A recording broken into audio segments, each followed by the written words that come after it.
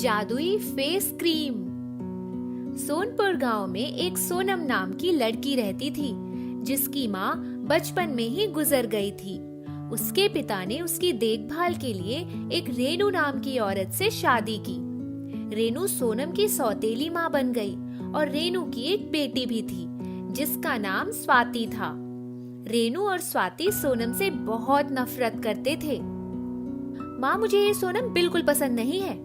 अरे बेटा, पसंद तो मुझे भी नहीं है। तुम इसे घर से निकाल क्यों नहीं देती? अरे बेटा, मैं तो इसे दुनिया से निकालने की सोच रही हूँ, पर जब तक इसका बाप जिंदा है, हम इसे घर से ही नहीं निकाल सकते। तुम ठीक कहती हो माँ। एक काम करते हैं, हम इन दोनों बाप बेटी को ही मार देते हैं और इनकी जायदाद पर कब्जा कर लेते हैं। इस तरह रेनू और स्वाति सोनम और उसके बाप को मारकर उनकी दौलत पर कब्जा करने की बातें करते हैं। अगले दिन सोनम को देखने के लिए आकाश नाम के लड़के का रिश्ता आता है। आकाश की खूबसूरती को देख स्वाति अपनी माँ से कहती है, माँ, मुझे ये लड़का बहुत पसंद है, मैं इससे ही शादी करूँगी। लेकिन तभी आकाश और उसके घर वाले सोनम को पसंद कर लेते हैं और ये देखकर दोनों माँ बेटी बहुत चिढ़ जाते हैं। तू फिक्र मत कर बेटी, मैं सोनम की शादी आकाश से कभी नहीं होने दूंगी। मैं काला जादू जानती हूँ, तू चिंता मत कर।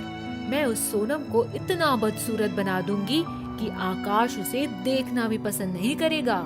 तभी सोनम स्वाति के कमरे के बाहर खड़ी होती है और उनकी सारी बातें सुन लेती है। सोनम को अब पता चल जाता है। अगले दिन रेनू पास के कब्रिस्तान में जाती है और काला जादू करने लगती है। तभी उस जादू से वहाँ एक भयानक चुड़ैल आ जाती है। क्यों बुलाया है मुझे? क्या चाहिए तुझे? अब जादुई क्रीम चाहिए मुझे, जिससे बदसूरत बना जाता है। ध्यान रहे, एक बार इस क्रीम को लगा लिया तो जिंदगी भर बदसूरत ही रहना पड़ेगा। वो चुड़ैल रेनू को जादुई क्रीम देकर चली जाती है।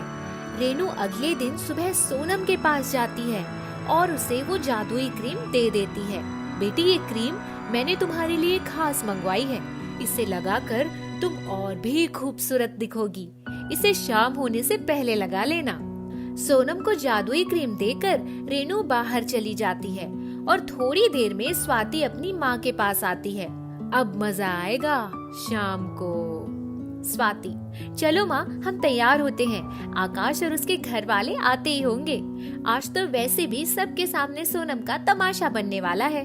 दोनों तैयार होकर हॉल में आ जाते हैं। दूसरी तरफ आकाश और उसकी फैमिली भी आ जाती है। तभी रेनू को छींक आती है, फिर स्वाति को भी आती है। दोनों अपने मुंह पर हाथ रख लेती हैं। तभी सामने से सोनम भी अपने पिता के साथ आती है। ये हम दोनों को छींक क्यों आ रही है? मुझे भी नहीं पता। दोनों जैसे ही हाथ मुंह पर से हटाते हैं तो सभी लोग दोनों पर हंसने लगते हैं, क्योंकि दोनों की नाक किसी टमाटर जैसे गोल गोल हो जाती है। क्यों हंस रहे हैं आप लोग हम पर? स्वाति गुस्से में बोलती है। तभी देखते देखते उसका चेहरा काला पड़ जाता है। रेनू के हाथों के नाखून अपने आप बड़े और गंदे होने लगते हैं और थोड़ी ही देर में दोनों चुड़ैल जैसे दिखने लगते हैं। ये सब क्या हो रहा है माँ? हमारा चेहरा काला क्यों पड़ गया? पता नहीं बेटी, मेरी तो कुछ समझ ही नहीं आ रहा। तभी सोनम कहती है, इसे कहते हैं जैसे को तैसा।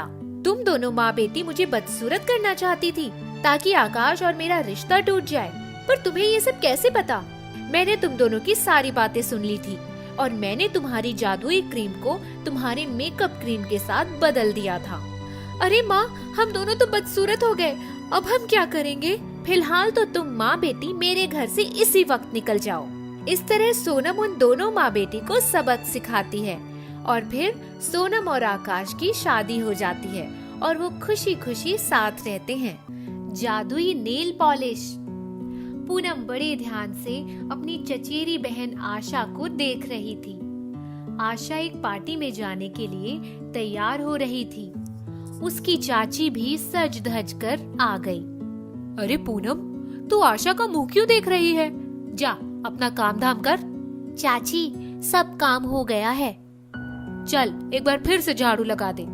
फर्श पर बहुत धूल इकट्ठा हो चुकी है। हाँ, हम लोग एक पार्टी में जा रहे हैं, तू अपना और चाचा का खाना बना लेना, हम लोग खा कर आएंगे। ठीक है चाची। चाची, मैं अपने नाखून में नेल पॉलिश लगा लूं? चुप, बड़ी आई नेल पॉलिश लगाने वाली। ब्रांडेड नेल पॉलिश है, तेरे गंदे नाखूनों के लिए नहीं बनी है। चल आशा, देरी हो रही है। देख पूनम, हमारे जाने के बाद किसी भी श्रृंगार के सामान को हाथ मत लगाना, वरना इस बार और ज्यादा पिटाई हो जाएगी। समझ गई ना? ठीक है दीदी, आपकी किसी चीज को हाथ नहीं लगाऊंगी। चाची और दीदी के जाने के बाद पूनम अपने माँ बाप की तस्वीर के सामने खड़ी होकर रुआंसी हो गई। मम्मी पापा, आप लोगों के जाने के साथ साथ मेरी तकदीर भी मुझसे रूठ कर चली गई। मुझे याद है, आप लोगों के साथ हर तरह की पहनने, खाने पीने की पूरी आजादी थी। अब तो कोई मनचाही चीज को पाना तो दूर, छूना भी मुश्किल हो गया है। कुछ देर में पूनम के चाचा घर पर आ गए। चाचा जी, यह लीजिए, पानी पीजिए। अरे, मैं आया नहीं कि तू पानी लेकर हाजिर हो जाती है। जलेबी लाया हूँ, खा लेना। तुम्हारी चाची और आशा कहाँ गई हैं? एक पार्टी में गई हैं चाचा जी। कह रही थी आने में देर होगी, खाना खाकर आएंगी। उन्हें आराम से आने दो। लाओ, हम दोनों जलेबी का मजा लेते हैं। चाचा की बातों और जलेबी ने पूनम का दुख भुला दिया। वह खुश हो गई। रात हो गई थी। कुछ देर में पूनम की चाची और आशा घर पर आ गई। क्यों री पूनम, अपने चाचा को खाना नहीं खिलाया? हम दोनों खा पी कर फिट हैं। आप लोगों का पेट भरा है ना? बड़ा कंडम खाना था, न तीखा था न जरा भी जायकेदार। पूरा मजा किरकिरा हो गया। बीच में मैं गिर भी गई। अरे, ये हाई हील की सैंडल में यही खतरा रहता है। कभी कभी पहनती हो और पैर डगमगा जाता है। चाचा, मुझे भी एक हाई हील की सैंडल चाहिए, एक नेल पॉलिश भी चाहिए। यह मुंह और मसूर की दाल, इनका बाप बड़ा खजाना छोड़ कर गया था ना। हाई हील की सैंडल पहनकर नेल पॉलिश लगाएंगी। आज के बाद कोई फरमाइश की बात मत करना। 2 वक्त का खाना मिलता है, बहुत बड़ी बात है। क्यों ऐसी बातें कर रही हो? उसकी ज्यादा तरफदारी मत करो। अपनी माँ की तरह ही बड़ी नाटकी है। 2 दिन के बाद दोपहर सभी लोग खाना खाने बैठे। पूनम, रात की 3 रोटी बची है, तू खा ले। ठीक है चाची। उसमें से एक मुझे दे दो और एक तुम भी खा लो। मैं आपको बासी रोटी क्यों खिलाऊं? मैं भी नहीं खाती। पूनम भी हम दोनों की तरह इंसान ही है। उसे क्यों खिला रही हो? वह रोज खाती है और खाकर पचाती है, हम नहीं पचा पाएंगे। आशा को तो उल्टी हो जाती है। आज से पूनम को सिर्फ ताजा खाना ही दिया जाएगा।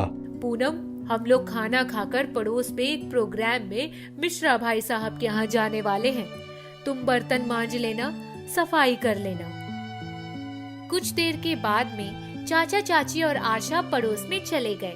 पूनम बहुत दुखी मन से बैठी थी। इसी बीच दरवाजे पर खटखट की आवाज सुनाई पड़ी। पूनम दौड़कर पहुंची और दरवाजा खोल लिया। सामने अपनी प्यारी मौसी निर्मला को देखकर उसका चेहरा खिल उठा। वह अपने आंसुओं को छिपाने का प्रयास कर रही थी। नमस्ते मौसी, आइए। जीती रहो बेटी, तुम्हारी आंखें लाल हो रही हैं। रो रही थी ना? कुछ खास नहीं, मम्मी पापा की याद आ गई। बिटिया, तू चिंता मत कर, मैं अभी जिंदा हूँ। देख तेरे लिए क्या क्या लाई हूँ। पाउडर, लिपस्टिक, नेल पॉलिश, बालों की क्लिप्स, खाने के लिए चॉकलेट और मिठाई भी। ओह माय गॉड, मासी आप तो पूरी दुकान ही उठा लाई हैं। सारी चीजें बहुत प्यारी हैं। Thank you so much. मासी बैठिए, मैं आपके लिए चाय बनाती हूँ। आप आई, मुझे बहुत अच्छा लगा। मेरी प्यारी बिटिया, मैं तो इससे पहले भी कई बार तेरे चाचा से कह चुकी हूँ कि मेरी बिटिया को मेरे साथ रहने दो। वे माने ही नहीं। तो चिंता मत कर, मैं तुझे अपने साथ रखूंगी। लगता है सभी लोग बाहर गए हैं। चाचा और चाची यहीं पास में मिश्रा अंकल के यहाँ गए हैं। मासी, यह सारी चीजें मेरे लिए हैं, मैं इन्हें छू सकती हूँ? हाँ बेटा, यह सब तुम्हारे लिए है। ऐसे क्यों कह रही हो? खुशी के मारे यह बात मुंह से निकल गई। बिटिया, मैं समझ रही हूँ, तुम्हें यहाँ तकलीफ है। मासी चाय पीने लगी और पूनम नेल पॉलिश खोलकर अपने नाखून में लगाने लगी। मासी, देखो मेरे नाखून कितने सुंदर दिख रहे हैं। बहुत अच्छी और बहुत चमकीली नेल पॉलिश है। अरे बिटिया, जब मैंने पहली बार सवेरे इस नेल पॉलिश को लगाया तब तुम्हारे मौसा जी मुझ पर इतने खुश हुए कि उन्होंने मुझे 25 साल पहले वाला जमाना याद करा दिया। यह ले लो, वह ले लो, क्या चाहिए सब कुछ, बोलो वगैरह वगैरह। उन्होंने कई चीजें बिना मेरी फरमाइश के भी लाकर मेरे सामने पेश कर दी। उसी दिन शाम के 4:30 बजे हम एक पुराना प्रॉपर्टी का कई सालों से चल रहा मुकदमा भी जीत गए। उस प्रॉपर्टी की कीमत 5 करोड़ रुपए है। बिटिया, इस नेल पॉलिश में जादू है। मासी, आपको बहुत बहुत बधाई। यह तो बड़ी खुशी की बात है। हाँ बिटिया, मैंने फैसला किया है कि 50 लाख तुम्हारे नाम फिक्स डिपॉजिट में जमा करूंगी। तुम्हारे मौसा ड्यूटी पर से छूटने के बाद आज यहीं आने वाले हैं। यह लो 10,000 रुपए, अपने पास संभाल कर रखना। शाम को मौसा जी भी आ गए और कुछ देर में चाचा चाची और आशा भी आ गए। मौसा ने सबके सामने पूनम के लिए 2 बहुत अच्छी बातें कही। हम लोग पूनम के नाम 1 लाख रुपए किस्त डिपॉजिट कर रहे हैं। दूसरी बात, मेरे एक मित्र जिनका लड़का अभी अभी IAS के एग्जाम में पास हुआ है, उसके लिए लोगों ने पूनम का हाथ मांगा है।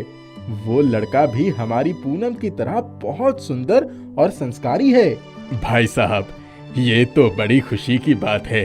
जो दूसरों का भला चाहते हैं, भगवान उनका भला करते हैं। भाई साहब, हमारे पूनम की शादी का पूरा खर्चा हम उठाएंगे। शादी होगी और बड़ी धूमधाम से होगी। हम आज से अपनी पूनम बिटिया को अपने घर ले जाना चाहते हैं। आपको कोई एतराज तो नहीं है? अरे, हमें कोई एतराज नहीं है भाई साहब। हमारी राजकुमारी को आप अपने साथ ले जा सकते हैं। हमें इसकी बहुत याद आएगी। मौसी यह बात सुनकर जल भुन गई। पूनम सज धज कर अपने मौसा मौसी के साथ कार में बैठकर उनके घर चली गई। नेल पॉलिश के चमत्कार से किस्मत उसके ऊपर फिर से मेहरबान हो गई। होशियारपुर नाम के गांव में अनीता अपने परिवार के साथ रहती थी। अनीता को सजने संवरने का बहुत शौक था। होशियारपुर में हर महीने में एक बार मेला लगता था, जिसमें अलग अलग गांव के लोग सामान बेचने आते थे। अनीता भी अपनी सहेलियों के साथ बाजार जाती थी। आज तो बाजार में कुछ अलग ही रौनक है। देख, बहुत नए नए दुकान वाले आए हैं। हाँ वही तो, आज तो जमकर शॉपिंग होगी। अनीता सीता उस दुकान पर पहुँचते हैं जिस दुकान से हमेशा वह गहने लिया करती थी, पर अनीता को कुछ पसंद नहीं आता। अनीता की नजर पास के एक दुकान पर पड़ी। उस दुकान की रौनक कुछ अलग ही रहती है। हर चीजों में एक अनोखी चमक दिख रही थी। चाचा, कुछ सुंदर सुंदर झुमके और चूड़ियां दिखाइए। भोला उसे सुंदर सुंदर चूड़ियां और झुमके दिखाता है, पर अनीता की नजर दूर लटके हुए एक झुमके पर पड़ती है और वो भोलू चाचा से कहकर वो झुमके मांगती है। अनीता, भैया मुझे वो झुमके देना। बेटा, ये झुमके बेचने के लिए नहीं है। अनीता के बहुत जिद करने पर भोला वह झुमके अनीता को बेच देता है। दोनों सहेलियां अपनी खरीदारी कर घर लौट आती हैं, पर लौटकर अनीता खरीदे हुए सामानों को ट्राई करती है। सीता भी वहां खड़े होकर अपने खरीदे हुए सामान को ट्राई कर रही थी, तो सीता चुप रहती है, पर अनीता को कुछ सुनाई देता है। अनीता की पसंद तो बड़ी खराब है, ऐसे कंगन कौन पहनता है? यह क्या कह रही हो तुम सीता? तुम्हें मेरे कंगन पसंद नहीं आए? सीता हक्की बक्की रह जाती है, यह सोचकर कि जो बात उसने मन में बोली वह अनीता कैसे समझ गई। अरे मैं कुछ और ही बोल रही थी, मुझे माफ कर, मैं अपने घर चलती हूँ। कुछ देर के बाद अनीता बाजार जाती है। उसे पीपल के पेड़ के नीचे एक अनजान आदमी बैठा दिखाई देता है, जो अपने मन में कुछ कह रहा होता है। इस गांव के लोग पैसे वाले लगते हैं। आज रात को 2-4 घरों में चोरी करके यहाँ से फरार हो जाऊंगा। जैसे ही आशीष की नजर अनीता पर पड़ती है, वह पलट जाती है और उस दौरान झुमके अनीता के कानों से नीचे गिर जाते हैं। झुमके गिरते ही अनीता आशीष के मन की बात सुन नहीं पाती। सुनीता फिर जैसे ही झुमके कानों में पहनती है, उसे आशीष की बातें सुनाई देने लगती हैं। तो यह सब इन झुमकों के कारण हो रहा था। यह तो कोई जादुई झुमका लगता है जो लोगों के मन की बात बताता है। अनीता गांव वालों को होने वाली चोरी के बारे में आगाह कर देती है। सारे गांव वाले रात को छुपकर आशीष का इंतजार करते हैं और आशीष पकड़ा जाता है। पूरा गांव अनीता की तारीफ करता है। इस तरह अनीता गांव में होने वाले कई मामलों को यूं ही निपटा दिया करती। एक दिन अनीता की माँ अनीता से पूछती है, तुझे कैसे पता चल जाता है लोगों की मन की बात? माँ, मैं जब बाजार गई थी तब मैंने ये झुमके खरीदे थे। जब भी यह झुमके पहनती हूँ, मैं लोगों के मन की बातों को सुन पाती हूँ। सरिता हमेशा से लोगों के मन की बातों को जानना चाहती थी। सरिता वह झुमके पहन लेती है और सज धज कर सुरेश के सामने जाती है। जी, मैं कैसी लग रही हूँ? अरे, तुम तो हमेशा की तरह बहुत सुंदर लग रही हो। अपनी मर्जी की कपड़े पहनती है और मुझसे आकर पूछती है मैं कैसी लग रही हूँ। बिल्कुल भी अच्छी नहीं लग रही। अच्छा, मैं आपके मनपसंद कपड़े नहीं पहनती हूँ। बहुत दिक्कत है ना आपको मुझसे? ठीक है, अब मैं आपसे बात नहीं करूँगी। यह कहकर सरिता कमरे में चली जाती है। सुरेश घबरा जाता है। अरे, सरिता को कैसे पता चल गया कि मैं उसके बारे में क्या सोच रहा हूँ?